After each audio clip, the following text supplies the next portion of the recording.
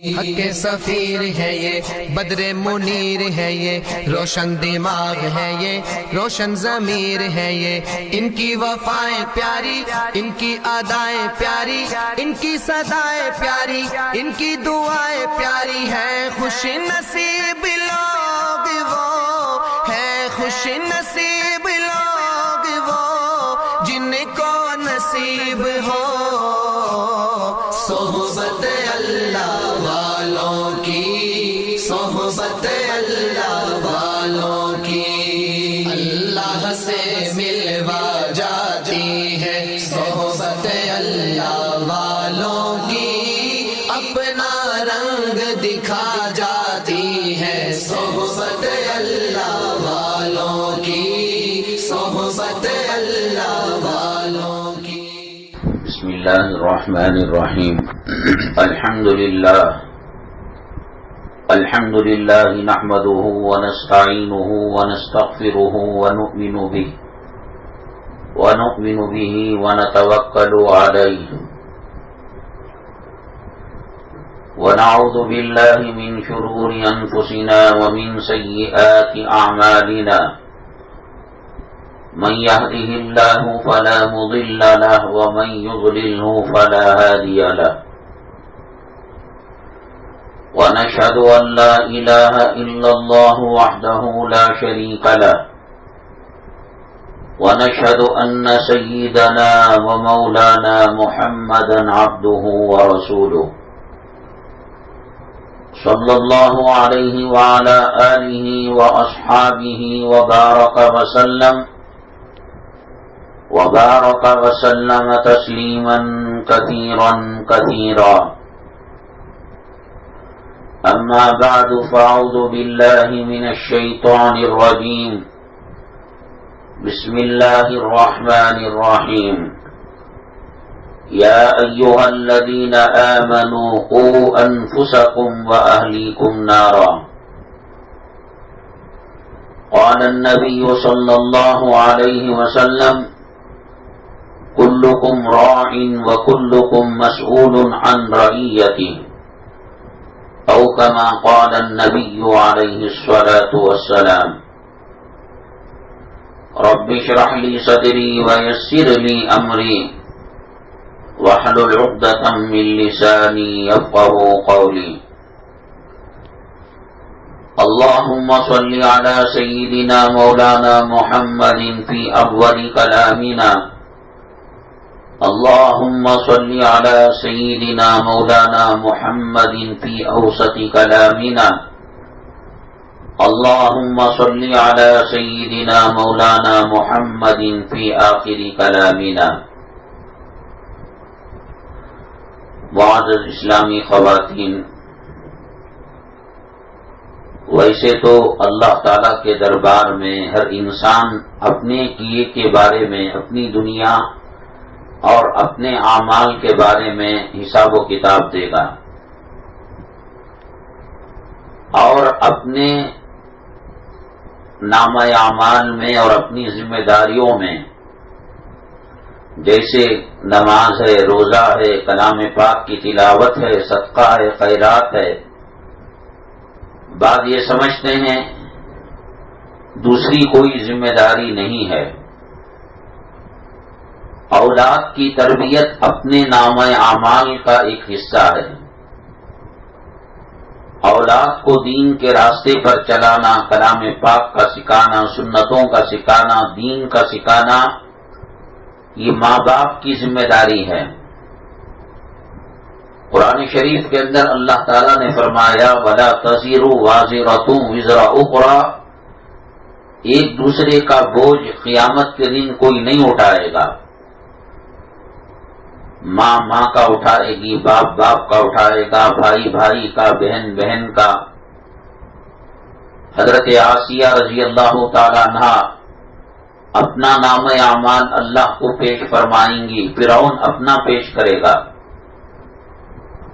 حضرت لوط علیہ السلام اپنا نام اعمال اللہ کے دربار میں پیش فرمائیں گے، اور ان کی بیوی جو کافرہ تھی وہ اپنا حساب و کتاب اللہ سے کرے گی، بلا ایک دوسرے کا کوئی بوجھ نہیں اٹھائے گا۔ بلکہ ہم نے کئی مرتبہ کہا کہ کفن کی گھاٹی کے ساتھ رشتے ٹوٹ جاتے ہیں. اسی لیے خامین کے مرنے کے 4 مہینے 10 دن جو عزت کے رکھے گئے، نکاح تو ٹوٹ جاتا ہے وفات سے، لیکن خامین کے احترام میں عدت بٹھائی جاتی ہے. اور اگر کسی کی زوجہ بیوی مر جائے تو پھر اس کو اختیار ہے کہ وہ دوبارہ کسی اور سے نکاح کر سکتا ہے. یہ رشتے سانسوں کے چلنے تک رہتے ہیں. قیامت میں نوح علیہ السلام اپنے بیٹے کو کام نہیں آئیں گے.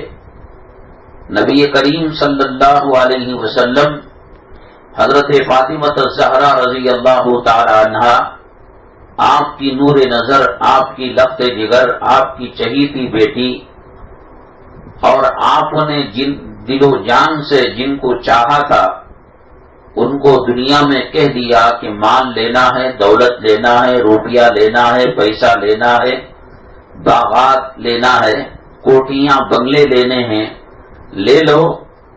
قیامت کے دن اگر ایک سبحان اللہ کی کمی تمہارے پلڑے میں ہوگی نام اعمال میں، تو پھر یوں نہ کہنا کہ میرے ابا سرکار دو عالم صلی اللہ علیہ وسلم تھے، پیغمبروں کے سردار تھے، سید الاولین تھے، سید الآخرین تھے، ساقی کوثر ہیں، شافی محشر ہیں.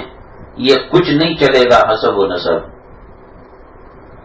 ایک دوسرے کے بارے میں کچھ نہیں چلے. اللہ کے نبی صلی اللہ علیہ وسلم کی صاحبزادی اللہ تعالیٰ نے نبی کریم صلی اللہ علیہ وسلم کے ذریعے سے کہلوایا، وَسَيِّدَةُ نِسَاءِ أَهْلِ الْجَنَّةِ فاطمہ، جنتی عورتوں کی سردار ہیں حضرت فاطمہ رضی اللہ تعالی عنہا.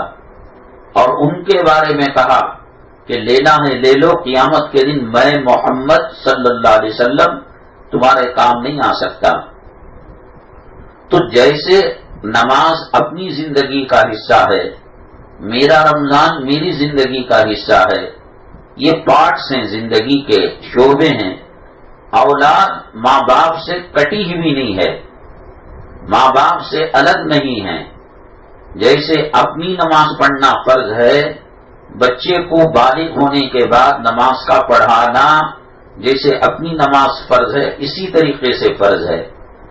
اپنے روزے رکھنا فرض ہے، بچوں کو رمضان المبارک میں بڑے ہونے کے بعد روزہ رکھانا ماں باپ کی ذمہ داری ہے. ان کو دین سکھانا، ان کو سنت سکھانا، ان کو کلمے سکھانا، ان کو تلاوت سکھانا.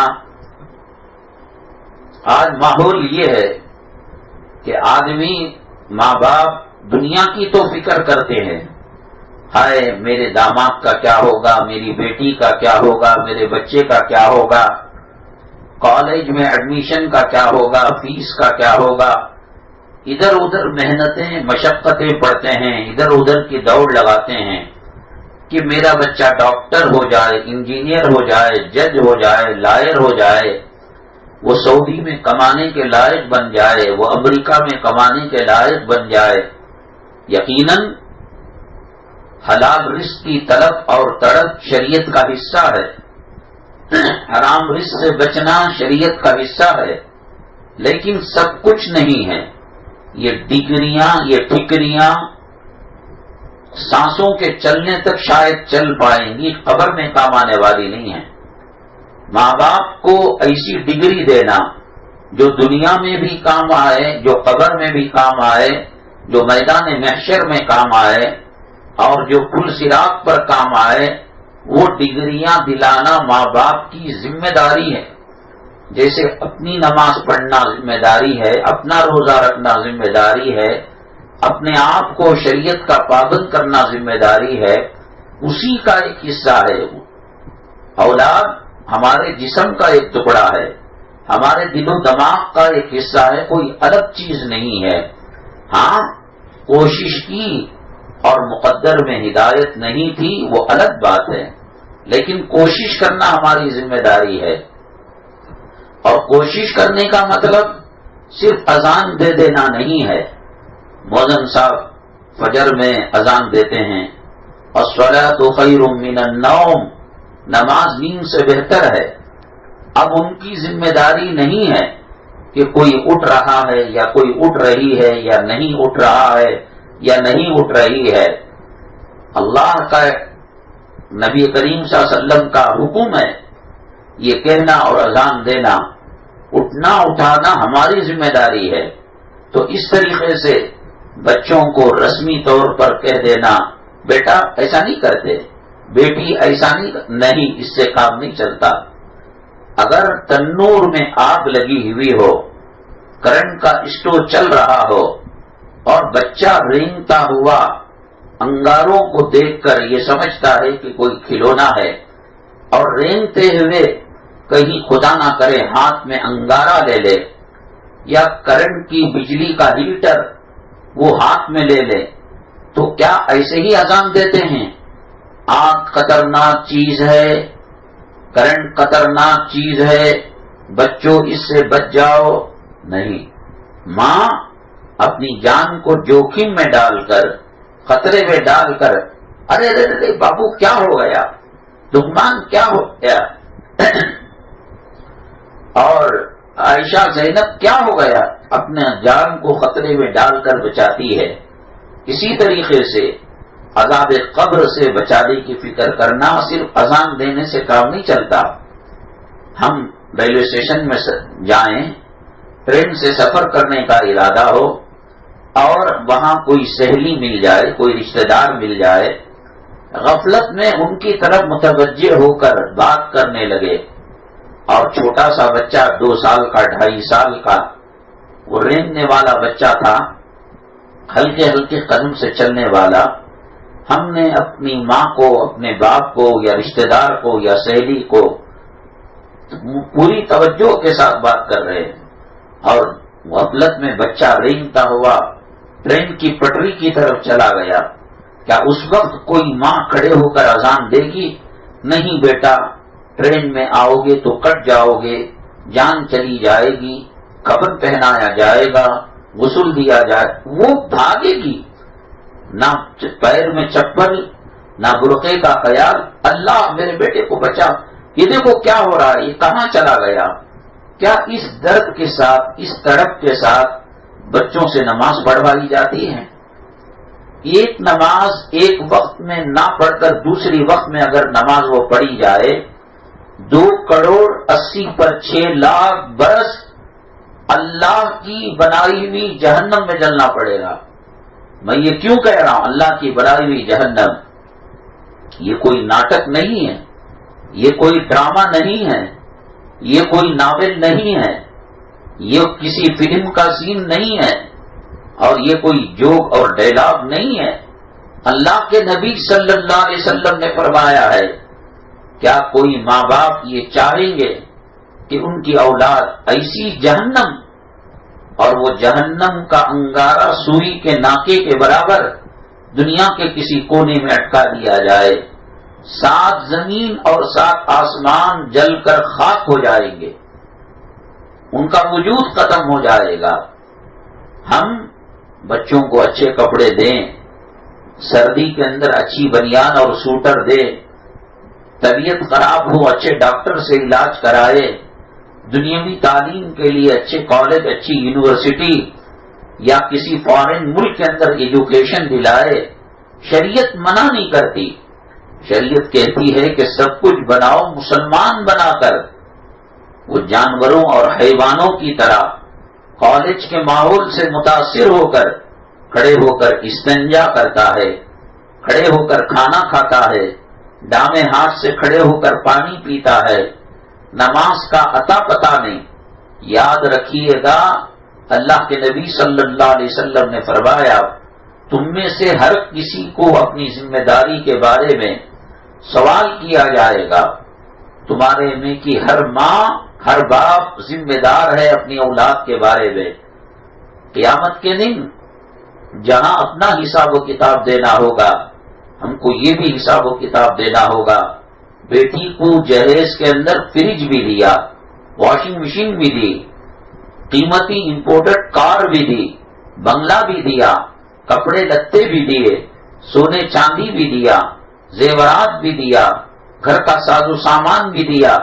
ایمان نہیں دیا، قرآن کی تعلیم نہیں دی، نبی کریم صلی اللہ علیہ وسلم کی سنتیں نہیں دی، پردہ نہیں دیا اور برقعے کی تعلیمات نہیں دی، یہ تو وہ ہے جو قارون کے خزانے کا حصہ تو ہو سکتا ہے، لیکن عذاب قبر سے بچانے والی چیز نہیں ہو سکتی۔ آپ 7 زمین 7 آسمان قیمتی ہیرے موتی جواہرات دے دے، لیکن کلمے کا ترجمہ اس کو معلوم نہ ہو، نبی کریم صلی اللہ علیہ وسلم کے بارے میں معلوم نہ ہو، نماز اور وضو کے فرائض کے بارے میں معلوم نہ ہو۔ کتنی خواتین ہیں جو آنکھ کے اوپر بھویں آتی ہیں، اس کو کاٹتی ہیں، تراشتی ہیں اپنے چہرے کو خوبصورت بنانے کے لیے۔ اللہ کے نبی جناب محمد الرسول اللہ صلی اللہ علیہ وسلم نے فرمایا، تراشنے والی اور جس کو تراشا جاتا ہے دونوں پر خدا کی لعنت ہے، پھٹکار ہے۔ اور جس پر خدا کی لعنت ہو، کیا وہ چہرہ جنت میں جا سکتا ہے؟ کیا وہ چہرہ قبر کے اندر اللہ کے جنت کی کھڑکی کو کھلوا سکتا ہے؟ ایک چھوٹی سی بات میں کہہ رہا ہوں، فقہا نے کتابوں میں لکھا ہے، آٹا گوندتے ہوئے ناخنوں کے اندر آٹا چلا گیا اور ایسے سخت ہو گیا کہ پانی پہنچ نہیں پا رہا ہے، تو اس کا غسل بھی نہیں ہوگا، اس کا وضو بھی نہیں ہوگا، اور جس کا غسل نہیں اس کا وضو نہیں، جس کا وضو نہیں اس کی نماز قبول نہیں۔ آپ بتائیے، کسی مفتی صاحب سے پوچھنے کی ضرورت ہے کہ صاحب وضو ضروری ہے، اور وضو کب ہوتا ہے؟ جب ہر وضو کے اعضاء پر پانی پہنچ جائے۔ جب آٹے کا مسئلہ یہ ہے اور غسل کا مسئلہ، پاؤں کے ناخنوں پر، ہاتھوں پر نیل پالش لگی ہوئی ہے اور ریموور سے نکالنے کی کوشش کی، بلیڈ سے کھرچنے کی کوشش کی، تھوڑا بہت تو نکل گیا، لیکن ایک سوئی کے ناکے اور سوراخ کے برابر اگر وہ نیل پالش رہ گئی یا ہونٹوں پر لپسٹک رہ گئی، ایک تو یہ ہے کہ ان چیزوں کا استعمال ناجائز ہے۔ یہ وہ چیزیں ہیں جو خنزیر اور سور کی چربی کے بغیر بنتی ہی نہیں ہیں، اس لیے کہ دنیا کے اندر انسان کا جو ٹیمپریچر ہے، جسم کی گرمی ہے، وہ مرغی کے چربی کو پگھلا دیتی ہے۔ آپ جنوری کے مہینے میں، دسمبر کے مہینے میں جب سردی بہت عروج پر ہوتی ہے، بہت زیادہ ہوتی ہے، آپ کشمیر چلے جائیں، آپ نارتھ انڈیا، یہاں کی سردی اتنی معلوم نہیں ہوتی، نارتھ انڈیا، شمالی ہندوستان، دلی، دیوبند، سہارنپور، آپ چلی جائیں دسمبر کے آخر میں، جنوری کے شروع میں، اپنے ہاتھ میں مرغی کی چربی رکھیے، پگھل جائے گی، بکرے کی چربی رکھیے، پگھل جائے گی۔ کب؟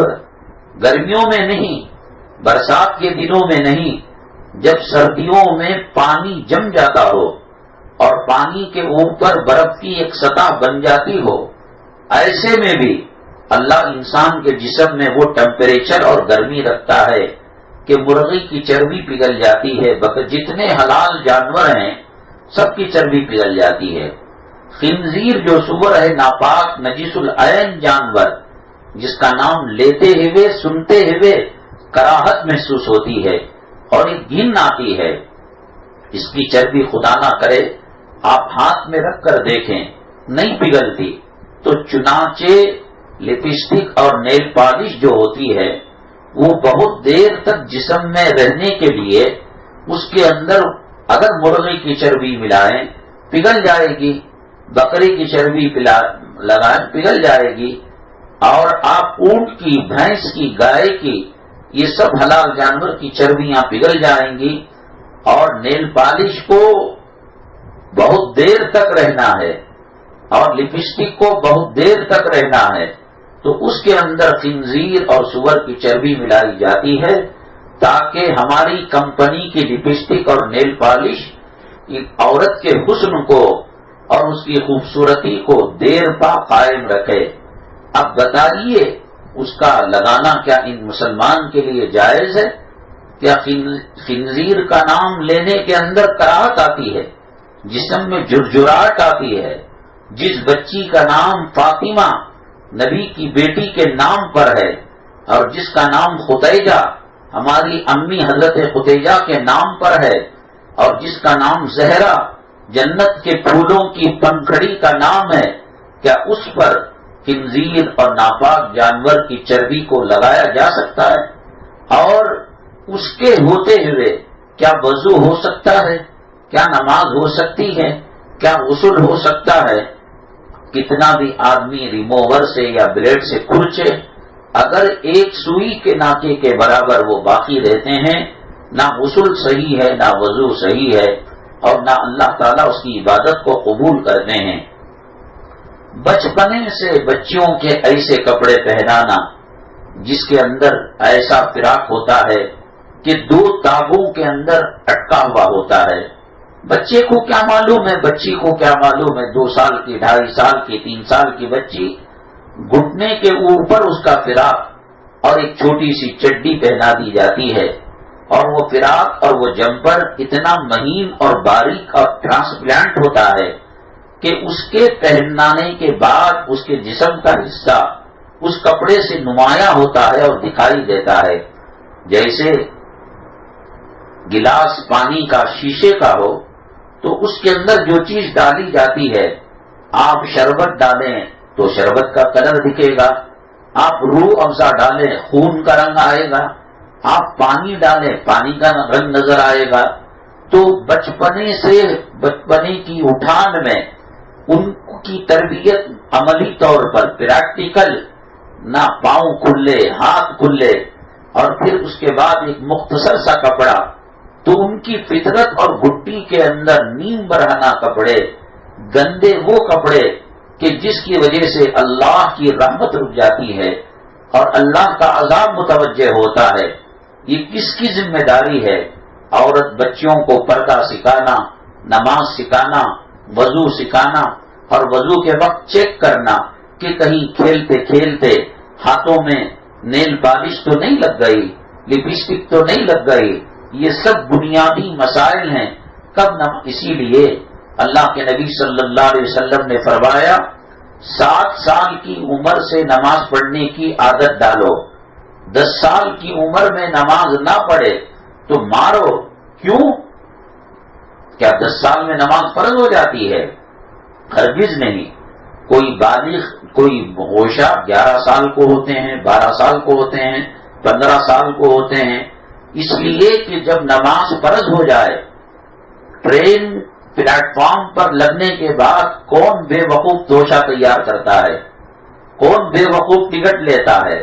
ٹکٹ پہلے لے لی جاتی ہے، توشہ پہلے تیار کر لیا جاتا ہے۔ جیسے ہی بچی بڑی ہوتی ہے یا بچہ بالغ ہوتا ہے تو اب اس کو نماز سکھائیں گے تو پھر 20 سال کی عمر میں وہ نماز پڑھنے لگے گا، اور 5 سال تک وہ کیا حساب سے نماز پڑھے گا؟ ایک نماز وقت پر نہ پڑھنے کی وجہ سے 2,80,00,000 پر 6 لاکھ برس جہنم میں جلنا پڑے گا۔ یہ ماں اپنے لخت جگر کو، یہ ماں اپنے بیٹے کو، یہ ماں اپنی بٹیا کو جہنم میں ڈالے گی۔ کیا یہ شریعت اجازت دیتی ہے؟ کیا ماں باپ کو اس کے بارے میں پوچھ نہیں ہوگی؟ دیکھو، میں اللہ کی قسم کھا کر کہتا ہوں، قیامت کے دن اللہ ماں باپ سے یہ سوال نہیں کرے گا کہ تمہارے 7 بچے تھے، کیوں ڈاکٹر نہیں بنایا، کیوں انجینئر نہیں بنایا، کیوں پروفیسر نہیں بنایا، کیوں وکیل اور لائر کیوں نہیں بنایا، کیوں منسٹر نہیں بنایا، کیوں MLA نہیں بنایا، کیوں MP نہیں بنایا؟ یہ سوال اللہ تعالیٰ نہیں کریں گے۔ اللہ تعالیٰ یہ پوچھیں گے وضو آتا تھا نہیں آتا تھا، نماز پڑھنی آتی تھی نہیں آتی تھی، قرآن شریف پڑھنا آتا تھا نہیں آتا تھا۔ بچوں کو ماؤں کے پیٹ میں آ جانے کے بعد اس بات کی فکر کی جاتی ہے کون سی کانوینٹ اسکول کے اندر اس کو پڑھایا جائے، اس کو ڈاکٹر بنائے، بڑی فکریں ہوتی ہیں۔ ابھی 7 مہینہ چل رہا ہے، ابھی 9واں مہینہ چل رہا ہے، اور کسی نے کسی طریقے سے بتا دیا کہ ہونے والی بچی ہے یا ہونے والا بچہ ہے، تو ماں باپ پیسہ جگاڑ کر زیورات کو بیچ کر اس بات کی کوشش کرتے ہیں کہ بچہ انجینئر بنے، ڈاکٹر بنے، فلاسفر بنے اور وکیل بنے، جج بنے، لائر بنے، یہ فکریں ہوتی ہیں، لیکن کیا اس بات کی فکر کی جاتی ہے کہ بچے کو جنت کے راستے پر چلایا جائے؟ یہ کس کی ذمہ داری؟ میں نے کہا کہ اللہ تبارک تعالیٰ یہ نہیں پوچھیں گے کہ ڈاکٹر کیوں نہیں بنایا اور لائر کیوں نہیں بنایا. اللہ ماں باپ سے پوچھیں گے، جیسے اپنے اعمال کے بارے میں اللہ کو جواب دینا ہے، ایسے ہی اولاد کے بارے میں اللہ کو جواب دینا پڑے گا کہ ہم نے نماز سکھائی نہیں سکھائی. بچوں کے ایڈمیشن کے لیے اب یہ پریسٹیج کا مسئلہ، عزت کا مسئلہ، وقار کا مسئلہ. ایک بہنا دوسری بہنے سے شادی خانے میں پوچھتی ہے تمہارا بچہ کہاں پڑھ رہا ہے؟ گورنمنٹ اسکول میں. ایسا منہ جیسے اتری ہوئی دال اور جیسے سویا ہوا چہرہ، گویا بڑی توہین کی بات. لیکن کیا اس بات کی فکر ہے کہ تمہارے بچے کو 5 کلمے آتے ہیں؟ میرا بچہ آکسفورڈ میں پڑھ رہا ہے، بشپ کاٹن میں پڑھ رہا ہے اور ماہانہ 5000 روپے فیس ہے. ایئر کنڈیشن میان اس کو لے جاتی ہے اور لے آتی ہے. برتھ ڈے منایا جاتا ہے اسکول میں. اسکول کے اندر ماں باپ کا یوم والدین منا کر جشن کیا جاتا ہے. اللہ نے بچوں کو انسان بنایا، لیکن ان کو طوطا، پری، جانور، گیدڑ، شیر، لومڑی، یہ سب چیزیں ڈال کر ان کا ڈرامہ کرایا جاتا ہے. اللہ کہتے ہیں لقد خلقنا الانسان فی احسن تقویم، ہم نے انسان کو سب سے زیادہ حسین بنایا اور سب سے زیادہ خوبصورت بنایا. امام شافعی رحمت اللہ علیہ کے زمانے میں ایک میاں بیوی صحن اپنے گھر کی چھت پر گرمی کی وجہ سے سو رہے تھے، آرام کر رہے تھے. گھر میں وہ زمانہ ایئر کنڈیشن کا نہیں تھا، الیکٹریسٹی اور کرنٹ کا، فینوں کا زمانہ نہیں تھا، تو پردے کے ساتھ گھروں کے صحن میں، آنگن میں یا گھر کی چھت پر ہوا کے لیے سویا کرتے تھے. تو میاں بیوی آپس میں بات کر رہے تھے. کرتے کرتے شوہر نے بیوی سے کہا چاند کو دیکھ کر، ستاروں کو دیکھ کر، اگر تم چاند سے زیادہ خوبصورت نہیں ہو، اگر ستاروں سے زیادہ حسین نہیں ہو تو تم کو میری طرف سے طلاق. اب یہ بڑی پریشان ہو گئی. بھلا کسی کا چہرہ اور چہرے کا نور اور جسم کا حسن ستاروں سے زیادہ ہو سکتا ہے کیا چاند سے زیادہ ہو سکتا ہے؟ بولنے کا بول دیا اور گھبرا گیا. صبح ہوئی، اللہ اللہ کر کر تہجد پڑھی، فجر کی نماز پڑھی، اشراق کی نماز پڑھی اور پڑھنے کے بعد حضرت امام شافعی رحمۃ اللہ علیہ کے پاس آئے. کہا کہ حضرت غضب ہو گیا رات میں، میرے خامند نے کہا کہ میرا چہرہ اور میرا جسم چاند ستاروں سے زیادہ خوبصورت نہیں ہے تو مجھ پر 3 طلاق. میں ایک کالی کلوٹی، میں ایک بدشکل انسان ہوں. کہاں چاند ہے، کہاں ستاروں کی چمک دمک ہے، کہاں 14ویں کے چاند کی چاندنی ہے؟ کیسے ہو سکتا ہے کہ اس کا مقابلہ انسان کر سکے؟ امام شافعی رحمت اللہ علیہ نے فرمایا کہ جاؤ آرام سے جورو مرد عزت کی زندگی گزارو. آئندہ اگر کوئی بات کہنی ہے سوچ سمجھ کر شریعت کو سامنے رکھ کر کہو. یہ طلاق کوئی مذاق نہیں ہے اور یہ زندگی اور یہ نکاح کا جوڑا کوئی مذاق نہیں ہے. حضرت سے خاوند نے کہا، پوچھا حضرت آپ نے کیسے کہہ دیا کہ ہمارا نکاح نہیں ٹوٹا؟ یہ کالی کلوٹی جو ہے بد شکل عورت ہے، بھلا چاند کی چاندنی سے اس کے منہ کا کیا لینا دینا؟ یہ بد شکل اور بدحیت اس کا جسم ہے، بھلا اس کا ستاروں کی چمک دمک سے کیا لینا؟ میاں تم نے قرآن پڑھا نہیں.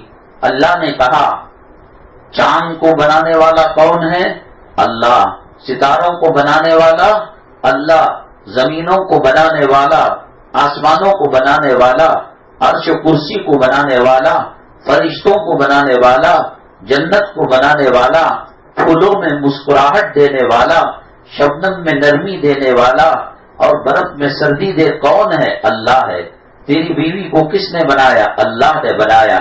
وہ اللہ کہتا ہے لقد خلقنا الانسان فی احسن تقویم، ہم نے انسان کو سب سے بہترین بنایا ہے، چاند سے بھی، ستاروں سے بھی، سورج سے بھی، زمین و آسمان میں جو مخلوق ہے، جو پھول ہیں اور جو سمندر کی روانی ہے، جو چاند کی چاندنی، اللہ نے کہا، اللہ نے بنایا۔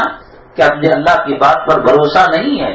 تو اس طریقے سے انسان اس بات کی ماں باپ فکر کرے کہ دین کی تعلیم بچوں کے اندر ٹھوس ٹھوس کر رکھی جائے۔ تو چنانچہ وہ سالانہ جلسے کے اندر اینول ڈے ہوتا ہے، پیرنٹس ڈے ہوتا ہے، یہ سب وہی عیسائی مشنریز اسکولوں کے اندر سکھایا جاتا ہے۔ اس کے برتھ ڈے کو وہ گھر سے چاکلیٹ لا کر بانٹتا ہے، اس کے برتھ ڈے کو یہ لا کر بانٹتا ہے۔ ابھی سے لڑکا اور لڑکی کو جان بوجھ کر بٹھایا جاتا ہے ایک ساتھ، تاکہ لڑکے لڑکیوں کے بغیر، لڑکیاں لڑکوں کے بغیر اپنی زندگی کو، اپنے کلاس کے وقت کو ادھورا سمجھے۔ کھڑے ہو کر استنجا کرنے کی تربیت کی جاتی ہے۔ اور کتا جو نجس جانور ہے، ناپاک جانور ہے، خنزیر جو ناپاک جانور ہے، بار بار اس کا نام لیا جاتا ہے، ڈی فار ڈاگ۔ کتا گھر میں جہاں رہتا ہے رحمت کے فرشتے نہیں آتے۔ مسلمان اندرونی روحانی طور پر ایک قسم کی کراہت محسوس کرتا ہے کتے کے نام سے، خنزیر کے نام سے۔ ڈی سے لاکھوں چیزیں آتی ہیں، لیکن ڈی سے ڈاگ کہہ کر انسان اور مسلمان اور کتے کے درمیان جو نفرت کا پردہ تھا اس کو گرایا جاتا ہے۔ پی سے لاکھوں چیزیں بولی جا سکتی ہیں، پیکاک ہے، کیا ہے، پٹاٹو ہے، سب آ سکتا ہے، لیکن پک کہہ کر، برا جانور کہہ کر، خنزیر کہہ کر اس کے اور مسلمان کے درمیان جو نفرتوں کی دیوار ہے اس کو گرایا جاتا ہے۔ استنجا خانے ہوتے ہیں، ان استنجا خانوں کے اندر ٹیشو پیپر رکھا جاتا ہے، پانی نہیں رکھا جاتا، تاکہ یہ چھوٹے بچے ان کی اٹھان طہارت سے نہ ہو، نجاست سے ہو۔ اللہ کے نبی صلی اللہ علیہ وسلم نے فرمایا الطہور شطر الایمان، پاکی آدھا ایمان ہے۔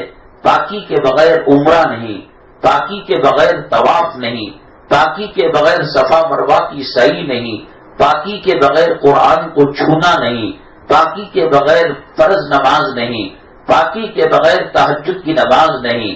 تو وہ لوگ ریسرچ کر کر بچوں کی اٹھان، بچوں کی تربیت، آپ دیکھیے کہ بہت سارے کالجز اور بہت سارے اسکولز مرد بچوں کو کوٹ پہناتے ہیں اور فل پینٹ پہناتے ہیں، اور لڑکیوں کو جو حیا کے مجسمے ہیں، جو پردہ جن کے لیے فرض ہے، ان کو اسکرٹ پہنا کر ان کی پنڈلیاں کھلی ہوئی رہتی ہیں، اور وہ سواری کے اندر بیٹھ کر جائے، ہوا سے کپڑا ادھر ادھر ہوتا ہے۔ اللہ کے نبی صلی اللہ علیہ وسلم نے فرمایا الحیاء شعبۃ من الایمان، حیا ایمان کا ایک حصہ ہے۔ ہم تحقیق کریں نہ کریں، ہمارے دشمن قرآن و حدیث پر ریسرچ کر کر انسان اور مسلمان سے طہارت کو دڑواتے ہیں اور شرم و حیا کا جنازہ نکالا جاتا ہے۔ بہت توجہ دی جاتی ہے اور بہت شان پتی سے کہا جاتا ہے کہ صاحب بڑی قیمتی امریکہ کی برانچ ہے، فرانس کے اندر ہے یہ اسکول، برطانیہ میں ہے یہ اسکول۔ ہاں صاحب تم پڑھا رہے ہو برطانیہ والی اسکول میں، امریکہ کی شاخ میں، امریکہ کی اسکول کی برانچ میں، لیکن کلام پاک کس سے پڑھوا رہے ہو؟ کلام پاک جو تجوید نہیں جانتا، کلام پاک عربی زبان میں ہے، عربی زبان بڑی نازک زبان ہے۔ کلام پاک میں اللہ نے فرمایا انا صببنا الماء صبا، یہ صاد، یہ سین، یہ سے، یہ تینوں کے الفاظ اور تینوں کا مخرج اور تینوں کی ادائیگی الگ الگ ہے۔ صاد کو الگ کہا جاتا ہے، سین کو الگ کہا جاتا ہے۔ السلام علیکم میں سین ہے، اور انا صببنا الماء میں صا ہے، اور وبث فیہا وہاں سا ہے۔ تو تین حرف ہیں اور 3 حرف کی ادائیگی کا طریقہ الگ ہے. قرآن اللہ کی عربی زبان، جنت کی عربی زبان میں ہے، وہ اتنی حساس ہے، ذرا کے زیر پر، ذرا سے زبر پر زمین و آسمان کا فرق ہو جاتا ہے. صراط الذین انعمت، اے اللہ وہ راستہ جس پر تو نے انعام کیا ہے.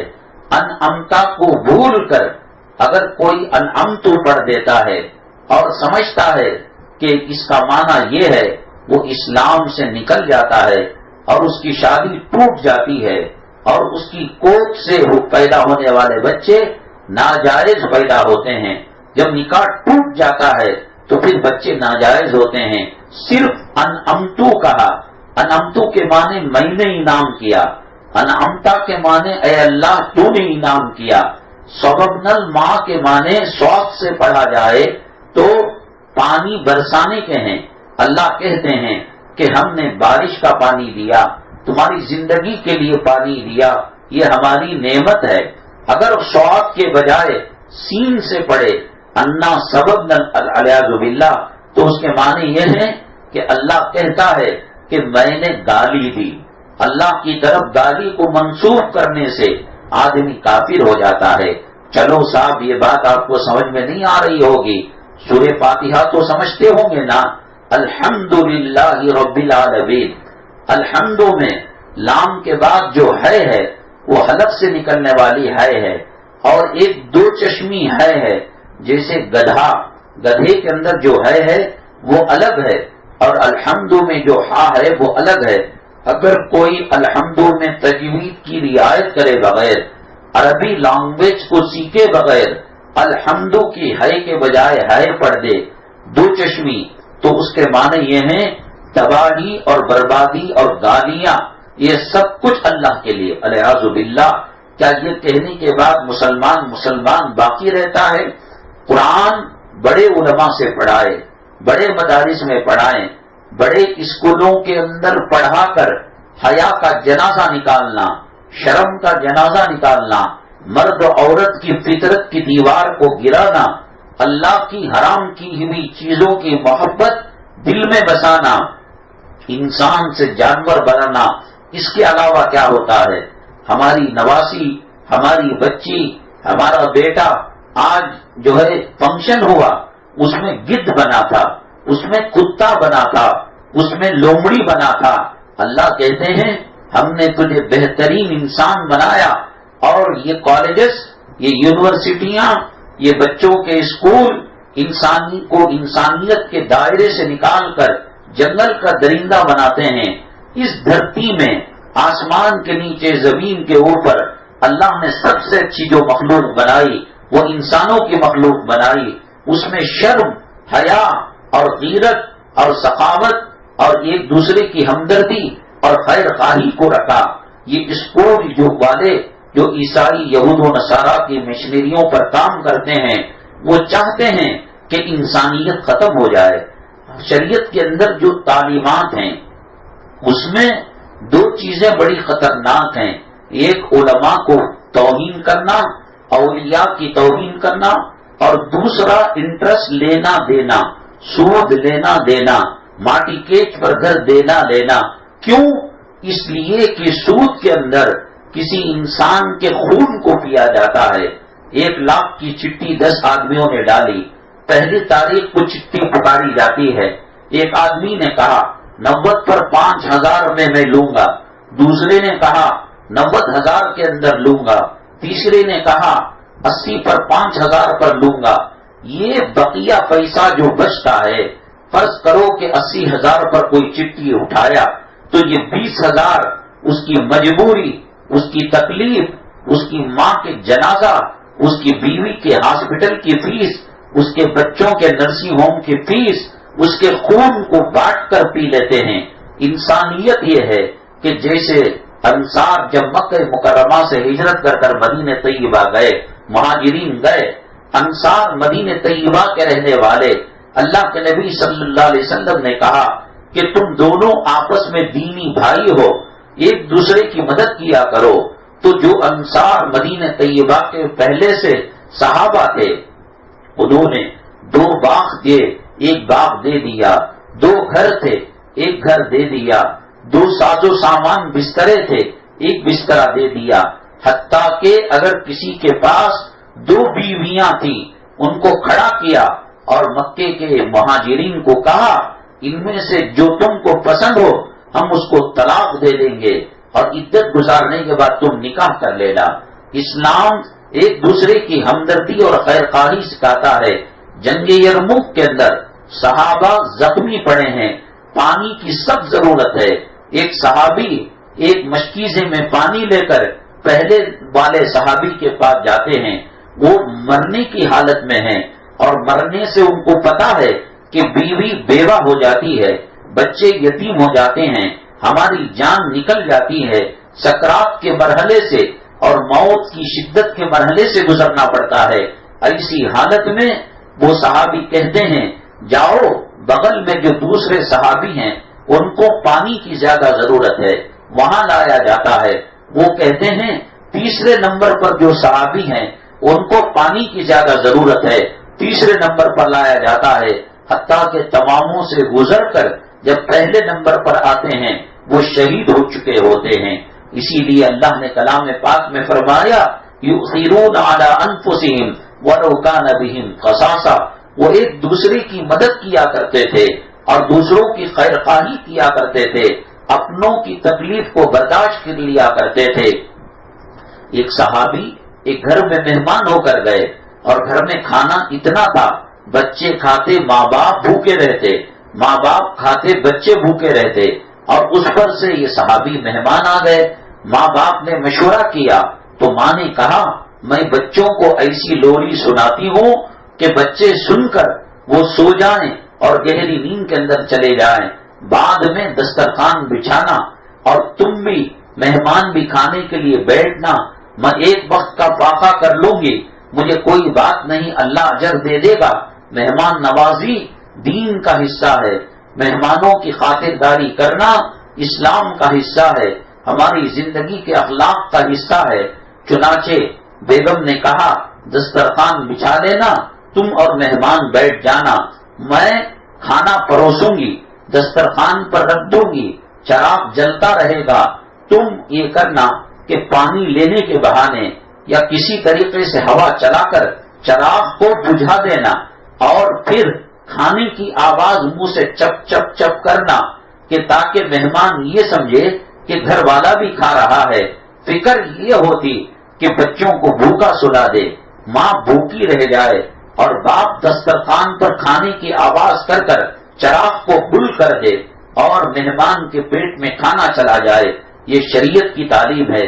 اس لیے سود کسی انسان کی مجبوری کا ناجائز فائدہ اٹھانے کا نام ہے۔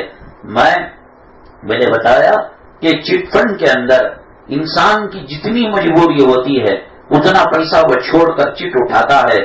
2 گناہ ایسے ہیں اللہ کہتے ہیں کہ میں ان کے خلاف اعلان جنگ کروں گا، میں ان کے خلاف لڑائی کروں گا۔ ایک اولیاء اللہ اور علماء کی بے عزتی کرنے والے اور دوسرے سود اور انٹرسٹ پر لینے اور دینے والے۔ حالانکہ بہت سارے گناہ ہیں، زنا بھی گناہ ہے اور قتل کرنا بھی گناہ ہے، شراب پینا بھی گناہ ہے، خاوند کا بیوی کو ستانا بھی گناہ ہے، بیوی کا خاوند کو تنگ کرنا بھی گناہ ہے اور ناچ گانا دیکھ، لیکن ان میں کسی گناہ پر اللہ تعالیٰ اعلان جنگ نہیں کر رہے ہیں۔ شریعت بھائی چارگی کا نام ہے، شریعت ایک دوسرے کی خیر خواہی کرنے کا نام ہے، شریعت ہمدردی کا نام ہے۔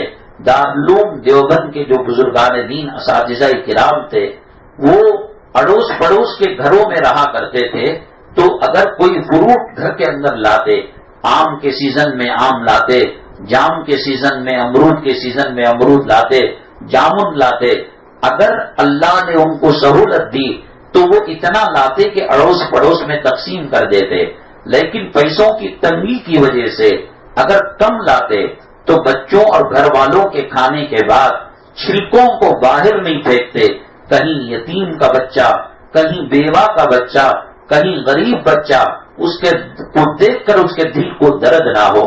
روٹی کھانے کے بعد روٹی کے جو ٹکڑے اور کھانے کے جو ذرات دسترخوان پر رہ جاتے اس کو جمع کرتے، اس کو سکھاتے، اور اس کے بعد چیونٹیوں کی جو بل اور سوراخ ہوتے، کیڑوں کے، حشرات الحرث کے جو بل اور سوراخ ہوتے، ان کو کھلایا کرتے تھے۔ یہ اخلاق، یہ انسانیت شریعت کی تعلیم ہے۔ اللہ کے نبی جناب محمد رسول اللہ صلی اللہ علیہ وسلم رات میں نماز پڑھنے کے لیے، عبادت کرنے کے لیے اٹھتے۔ امی جان حضرت عائشہ صدیقہ رضی اللہ تعالی عنہا فرماتی ہیں کہ آپ بغیر چپل کے وضو کرنے جاتے تھے اور استنجا کرنے کے لیے جاتے تھے۔ کہا آپ کے پاس تو کھڑا ہوا ہے، لکڑی کے چپل ہیں، آپ استعمال کر سکتے ہیں۔ تو جو خادم صحابی تھے ان کو اللہ کے نبی صلی اللہ علیہ وسلم نے فرمایا میں ضرور پہن سکتا ہوں، لیکن میرے چپلوں کی کھڑکھڑاہٹ سے میری بیوی کے نیند میں فرق آئے گا، میں اس کی اجازت نہیں دیتا، شریعت اس کی اجازت نہیں دیتی۔ اپنے نماز، اپنی روزہ یقیناً عبادت ہے، لیکن اس کے ذریعے سے کسی کا دل دکانا اور کسی کی جی کو ٹھیس پہنچانا، تو نماز پڑھتی نہیں، میں تو الحمدللہ تہجد بھی پڑھتی ہوں، گیا اس کا ثواب پاری ہے۔ اپنی عبادتوں کے ذریعے سے بھی کسی کو تکلیف پہنچانا جائز نہیں ہے۔ تو شریعت کا مزاج خیر خواہی ہے، اپنے چراغ کو بجھا کر مہمان نوازی کرنا، اور اپنی بیویوں میں سے کسی بیوی کو طلاق دے کر دوسرے سے نکاح کرنا، باغات کا حصہ دینا، بھوکوں کو کھلانا، ہم اور مجبوروں کی مدد کرنا، یہ شریعت کا حصہ ہے۔ لیکن عیسائی تعلیم کے اندر خود غرضی سکھائی جاتی ہے، تو کھا لے، تو پی لے، تو اپنی زندگی دیکھ لے۔ نتیجہ یہ ہوتا ہے کہ بچے کی اٹھان جب غیر اسلامی تعلیمات کے ذریعے سے جانور بنایا گیا، حیوان بنایا گیا، اور خود غرضی سکھائی گئی، اور ٹوائلٹوں کے اندر ٹیشو پیپر رکھے گئے، پرانے اخبار کے ٹکڑے رکھے گئے، تو شروع سے ان کے اندر نجاست کی طبیعت ہو جاتی ہے۔ وہ خنزیر جس کا ہم بڑے پہلے کے بڑے لوگ تو نام بھی نہیں لیتے، وہ سمجھتے کہ اس سے وضو ٹوٹ جاتا ہے، وہ کہتے کہ ناپاک جانور ہے، اب وہ پی سے پک 100 مرتبہ یاد کر رہا ہے۔ اگر کسی چیز کو بار بار کہا جائے تو اس کی نفرت کم ہو جاتی ہے اور اس کی برائی کم ہو جاتی ہے۔ اسی لیے ماں باپ کی ذمہ داری یہ نہیں ہے کہ بچے کو اونچی تعلیم دیں، یہ قیامت میں پوچھ نہیں ہوگی، یہ دیں گے بھی، یہ قبر کے حد تک چلے گا، قبر میں یہ ڈگری نہیں چلے گی۔ قیامت کے دن جب انبیاء علیہم الصلاۃ والسلام نفسی کے عالم میں ہوں گے، قیامت کا دن وبا ہوگا اور یوم محشر وبا ہوگا، اللہ تبارک تعالیٰ جلال میں ہوں گے، اللہ تعالیٰ غصے میں ہوں گے، فرعون کی لاش پڑی ہوئی ہوگی، حامان کی لاش پڑی ہوئی ہوگی، شداد کی لاش پڑی ہوئی ہوگی۔ اللہ تعالیٰ فرماتے ہیں ہے کوئی این المتکبرون، ہے کوئی گھمنڈ کرنے والا، ہے کوئی میرے سامنے سر اٹھانے والا، ہے کوئی اپنی دولت پر ناز کرنے والا، سب گرے ہوئے کھجور کے درختوں کی طرح پڑے ہوئے ہوں گے، کسی کو جواب دینے کی طاقت نہیں ہوگی۔ حضرت اسرافیل علیہ السلام کو اللہ حکم دیں گے، سور پھونکیں گے، سب اٹھیں گے۔ قیامت کی ہولناکی کو دیکھ کر انسان پریشان ہو کر سب سے پہلے لوگ کہیں گے آدم علیہ السلام ہمارے ابو الانبیاء ہیں، ابو البشر ہیں، انسانوں کے پیغمبروں کے باپ ہیں۔ وہ سب جائیں گے حضرت آدم علیہ السلام کے پاس۔ آدم علیہ السلام کہیں گے اللہ نے مجھے جنت دی تھی اور جنت میں کہا تھا کہ فلاں مقام کے پاس نہ جاؤ، ہم چلے گئے، اور کہیں اللہ وہ پکڑ کر ہمیں حساب و کتاب میں مبتلا نہ کر دے، اپنی پکڑ میں نہ لے۔ آج آدم بچ جائے، آج حوا بچ جائے، یہی بہت بڑی چیز ہے۔ اس کے بعد بنو آدم، حضرت آدم علیہ السلام کی ذریت اور تمام انسان حضرت نوح علیہ السلام کے پاس جائیں گے۔ نوح علیہ السلام کہیں گے کہاں تم میرے پاس آئے ہو؟ میرے بیٹے کو دعا کرنے کے لیے اللہ نے منع کیا تھا، رحم دلی کرنے کے لیے منع کیا تھا، آج میں بچ جاؤں اور بیٹے کے بارے میں اللہ سوال نہ کرے، یہی بہت بڑی بات ہے۔ ابراہیم علیہ السلام کے پاس جائیں گے، ابراہیم علیہ السلام کہیں گے کہ میں نے آزر کے سامنے غلط قسم کی بات کہی تھی جو بظاہر جھوٹی تھی، حقیقت میں سچی تھی، اور ملک والے جو باشندے تھے ان کے سامنے میں نے کہا فقال انی سقیم، میں بیمار ہوں حالانکہ میں صحت مند تھا، اللہ اگر پکڑ لے میں کیا جواب دوں گا، جاؤ جاؤ کسی اور کے پاس جاؤ۔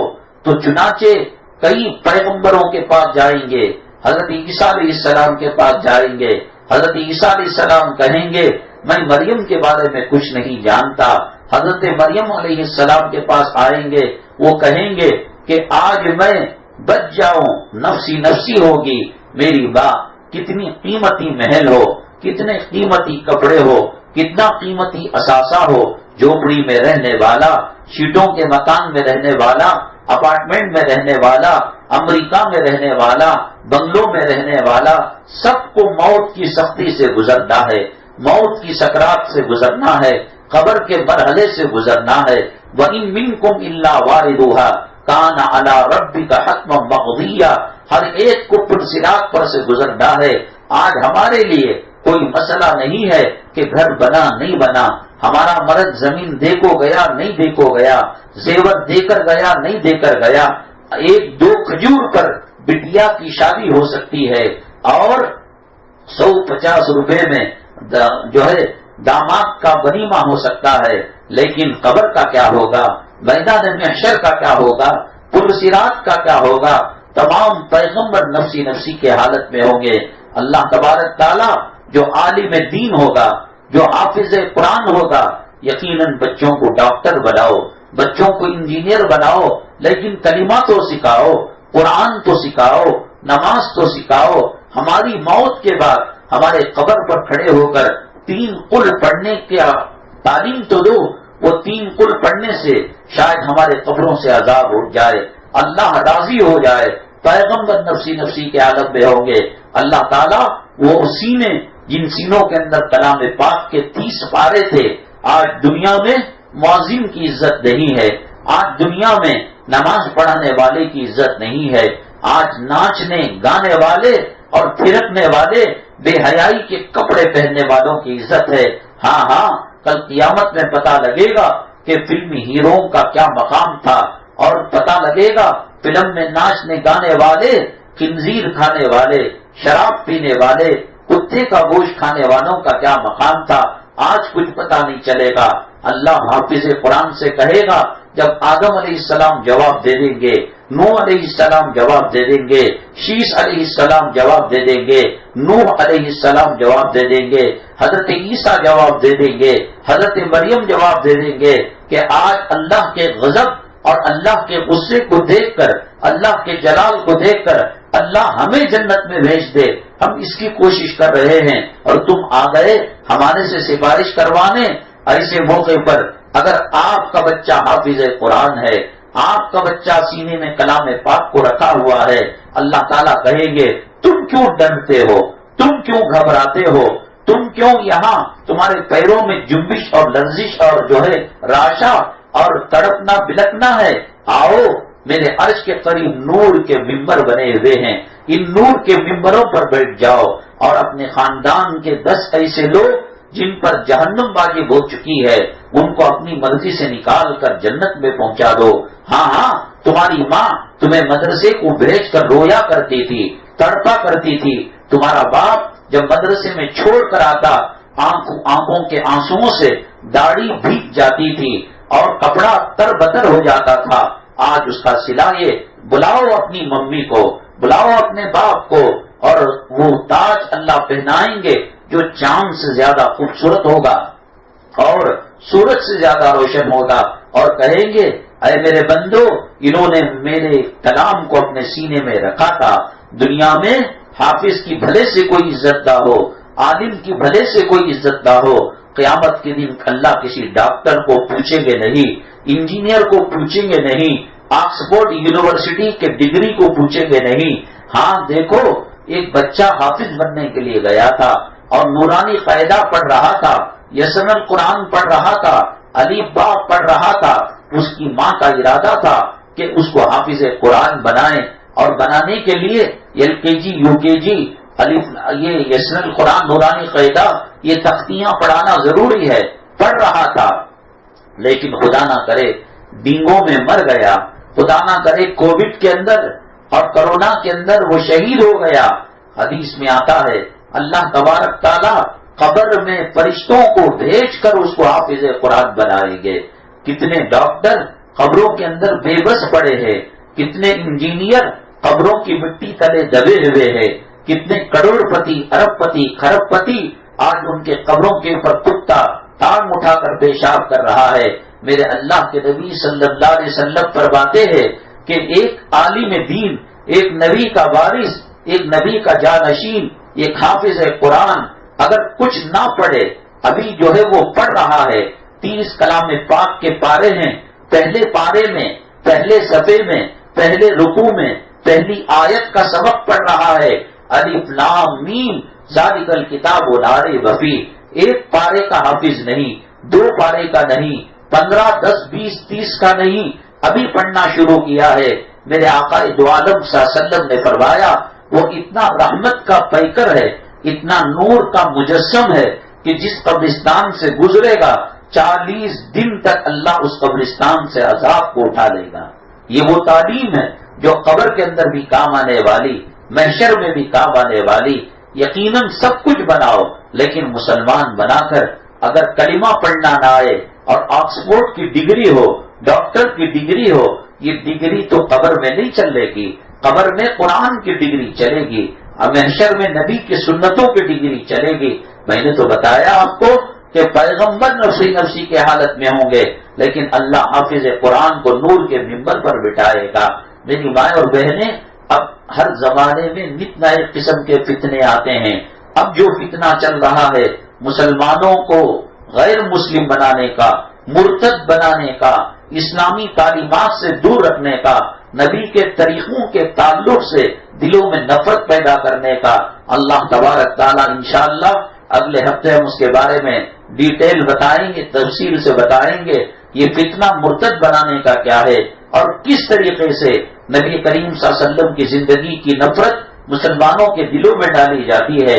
مسلمان نام کا مسلمان ہے، اندر سے وہ منافق ہے، اسے غیروں کے طریقے پسند ہیں، اسے حجاب پسند نہیں ہے، اسے پردہ پسند نہیں ہے، اسے نماز پسند نہیں ہے، اسے نبی کے طریقے پسند نہیں ہے. نام مسلمانوں کا ہے، یہ فتنہ چل رہا ہے. اللہ تبارک تعالیٰ ایسے فتنوں سے امت مسلمہ اور ہماری حفاظت فرمائے. اللہ دین پر ثابت قدمی نصیب فرمائے. اللہ تبارک تعالیٰ دین پر ہمارا خاتمہ ایمان کے ساتھ، کلمے کے ساتھ، طہارت کے ساتھ، سجدے اور شہادت کی بہت نصیب فرمائے. اللہ تعالیٰ جو بیمار ہیں ان کو صحت و شفا نصیب فرمائے. جو مرحومین ہیں اللہ تعالیٰ کروٹ کروٹ راحت نصیب فرمائے. اللہ جو قرض کی وجہ سے، دیگر وجوہات سے مانی پریشانیوں میں ہیں اللہ ان کی پریشانیوں کو دور فرمائے، رزق حلال نصیب فرمائے. جن کے رشتے نہیں بن رہے ہیں اللہ انہیں نیک رشتے نصیب فرمائے. اللہ تبارک تعالیٰ اپنی ناپسندیدہ چیزوں سے ہماری اور امت مسلمہ کی حفاظت فرمائے. الحمدللہ رب العالمین والصلاة والسلام علی سید المرسلین وعلی آلہ وصحبہ اجمعین ومن تبعهم بإحسان الى یوم الدین. اللہم ارحم امت محمد صلی اللہ علیہ وسلم، اللہم اصلح امت محمد صلی اللہ علیہ وسلم، اللہم فرج عن امت محمد صلی اللہ علیہ وسلم. سبحان ربک رب العزت عما یصفون وسلام علی المرسلین والحمد للہ رب العالمین. شان میری جان میری لختے جگر، سارا جہاں بول اٹھا ہے شیر نڈر. شان میری جان میری لختے جگر، سارا جہاں بول اٹھا ہے شیر نڈر.